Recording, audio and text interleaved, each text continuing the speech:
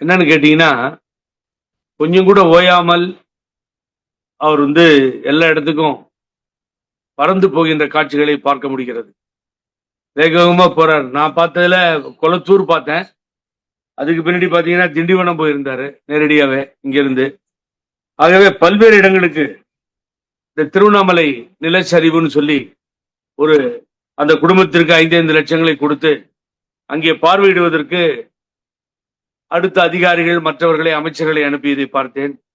அதே போல துணை முதல்வர் உதயநிதி ஸ்டாலின் அவர்களும் தருமபுரி மாவட்டத்தில் ஏற்பட்ட இழப்புகளுக்கு என்ன செய்ய வேண்டும், ஏது செய்ய வேண்டும், அங்கே முகாமில் இருந்த மக்களை பார்ப்பது, இதையெல்லாம் ஒரு இடத்திலே உட்கார்ந்து பார்க்கல. அவர் நேரடியாகவே களத்திலே இறங்க ஆரம்பித்து விட்டார், போக ஆரம்பித்து விட்டார். அவருடைய வயது மற்றவர்களை அவர் பொருட்படுத்தவே இல்லை. நேரடியாகவே அவர் சென்று அந்த இடங்களுக்கெல்லாம் பார்வையிட்டு உதவி செய்யறது நம்ம பார்க்க முடியுது. அதுக்கு மேல இதுல குறைய கண்டுபிடிக்க வேண்டிய அவசியமே இல்லை. ஒரு உதாரணமா உங்களுக்கு சொல்றேன், நான் கவனிச்சதுல. ஏண்டா திடீர்னு எவனாவது சொல்லுவான், புகழேந்தி பாரு திமுக ஜாலரா அடிக்கிறாரு, முதல்வருக்கு சொல்றாரு. உண்மைதானே சொல்லி ஆகணும். ராஜவேலை நம்ம மறைக்க முடியாது.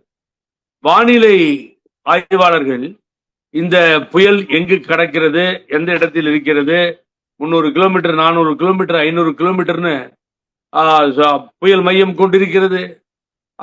அந்த கடல்ல இருந்து, அரபிக்கடல் இருந்து இந்த பக்கம் வருது, இங்க இருந்து அங்க போகுது. சார் பயமுறுத்தியே சாகடிக்கிறாங்க சார், நீங்க நம்ப மாட்டீங்க.